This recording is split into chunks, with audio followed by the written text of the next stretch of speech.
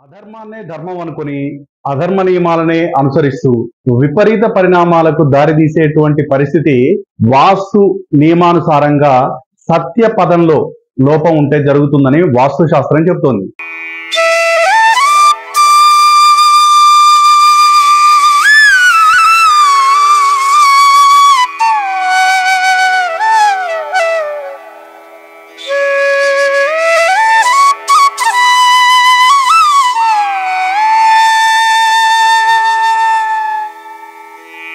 అధర్మాన్నే ధర్మం అనుకుని అధర్మ నియమాలనే అనుసరిస్తూ విపరీత పరిణామాలకు దారితీసేటువంటి పరిస్థితి వాస్తు నియమానుసారంగా సత్య పదంలో లోపం ఉంటే జరుగుతుందని వాస్తు శాస్త్రం చెబుతోంది. వాస్తు శాస్త్ర నియమానుసారంగా ఏకాశీతి పద వాస్తులో ఒక ఇంటి నిర్మాణం చేపట్టబడి ప్లానింగ్ జరిగినప్పుడు ఆ ఏకాశీతి పద వాస్తులో సత్య అనే పదం దూషితమైతే విపరీతమైన నిర్ణయాలే సరైనవిగా భావిస్తారు. సత్య అనే పదం దూషితమైతే విపరీతమైన నిర్ణయాలే నిజమైనవిగా మంచివిగా భావిస్తారు. అంటే సుపారీ మర్డర్ చేసే వ్యక్తి ఉన్నాడు అనుకో, నేను డబ్బులు తీసుకున్నా, నాకు అప్పగించిన పని చేస్తున్నా అని చెప్పి మర్డర్ చేసి వస్తాడు. అధర్మాన్నే ధర్మంగా భావించేటువంటి పరిస్థితి ఏర్పడుతుంది. అసలు ఇంతకు ఈ సత్య అనే పదం ఎక్కడుంటుంది, వాస్తులో ఈ సత్య పదానికి ఉన్నటువంటి ప్రాముఖ్యత ఏంటో చూద్దాం. మనం సమ్రాంగన్ సూత్రధార్, మనుష్యాలయ చంద్రిక, విశ్వకర్మ ప్రకాష్ ఇలాంటి క్లాసికల్ వాస్తు టెక్స్ట్ లో చెప్పిన విషయాన్ని క్రోడీకరించి మాట్లాడుకుంటున్నాం. ఈ దాదాపుగా అన్ని గ్రంథాల్లో చెప్పిన విషయం ఏంటంటే, ఒక ఇండస్ట్రీ కానీ, ఒక కంపెనీ కానీ, ఒక ఇల్లు కానీ, ఒక వ్యాపార సముదాయం కానీ ఏది నిర్మించాలన్నా ఏకాశీతి పదవాస్తు ప్రకారం నిర్మించాలి. అంటే 10 అడ్డు గీతలు 10 నిలువు గీతలు గీయడం ద్వారా, అంటే 10 అడ్డు గీతలు 10 నిలువు గీతలు గీయడం ద్వారా మొత్తం 9x9 81 బాక్సెస్ ఏర్పడతాయి. ఈ బాక్సెస్ నే ఒక్కొక్క బాక్స్ ని ఒక్కొక్క పదం అన్నారు. పదాన్నే పదదేవత అని కూడా అభివర్ణించారు. ఈ 81 పదాలను 45 దేవతా స్థానాలుగా ఏర్పాటు చేశారు. ఈ 81 పదాలను ఇట్లా 10 నిలువు గీతలు 10 అడ్డు గీతలు గీయడం ద్వారా ఏర్పడ్డ 81 పదాలను 45 దేవతా స్థానాలుగా ఏర్పాటు చేశారు. ఆ దేవతా స్థానాలు ఎట్లున్నాయి?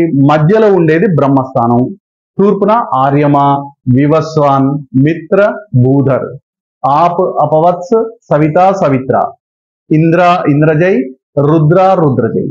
ఇవి లోపల ఉండేటువంటి దేవతా స్థానాలు. బయట మనకు వాస్తుశాస్త్రం ప్రకారం ఇంటిని 4 వీధులుగా విభజించడం జరిగింది.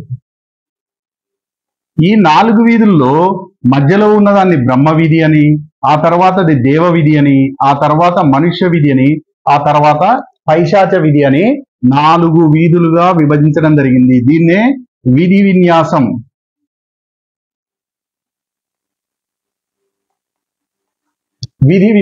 అని చెప్పారు.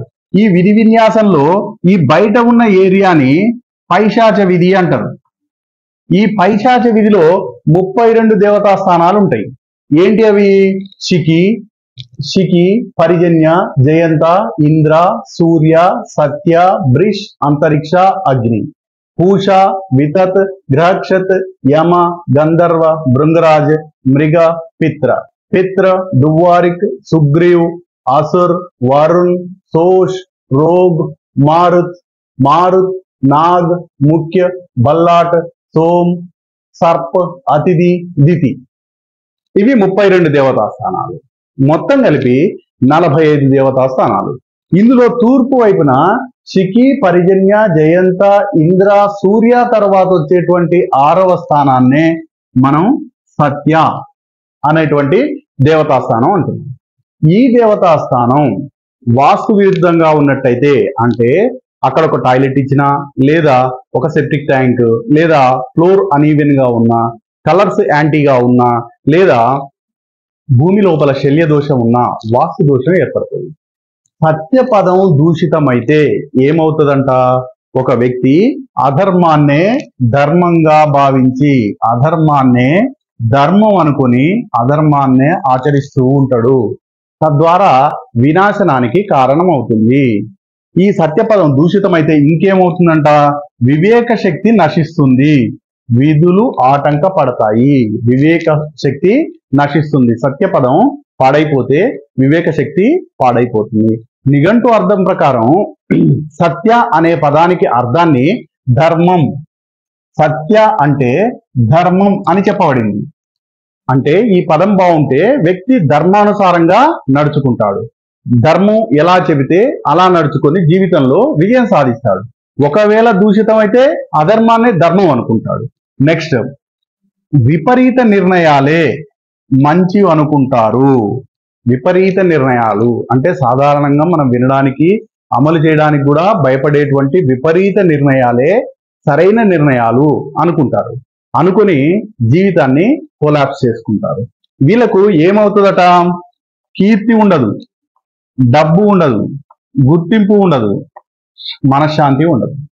కీర్తి, మనశ్శాంతి, గుర్తింపు, లక్ష్మి ఇవేవి ఉండవు. సత్యపదం దూషితం అయితే ఇవేవి ఉండవు. అయితే ఇక్కడ ఏం చేద్దని చెప్పారు? టాయిలెట్ ని ఎట్టి పరిస్థితిలో నిర్మించకూడదు, సెప్టిక్ ట్యాంక్ ని ఎట్టి పరిస్థితిలో ప్లాన్ చేయకూడదు. నెక్స్ట్, ఒకవేళ సరి చేయాలనుకుంటే తెలుపు రంగును ఉపయోగించడం, నెయ్యిని, గోధుమలను ఉపయోగించడం, ఇట్లాంటివి కొన్ని రెమెడీస్ చెప్పారు. రెమెడీస్ కన్నా prevention is better than cure. ఆ సత్యపదం దూషితం కాకుండా మనం ప్లాన్ చేసేటప్పుడే ఆ సత్యపదం ఎక్కడొస్తుంది, అది ఓరియంటేషన్ ఎట్లా ఉంది, ఆ ప్లాట్ యొక్క పొడవు వెడల్పులు ఎలా ఉన్నాయి అనే విషయాల్ని దృష్టిలో పెట్టుకొని సత్యపదాన్ని ఐడెంటిఫై చేసుకొని చాలా జాగ్రత్తగా ప్లాన్ చేసుకున్నట్టయితే మంచి ఫలితాలు వచ్చేటువంటి అవకాశం ఉంటుంది.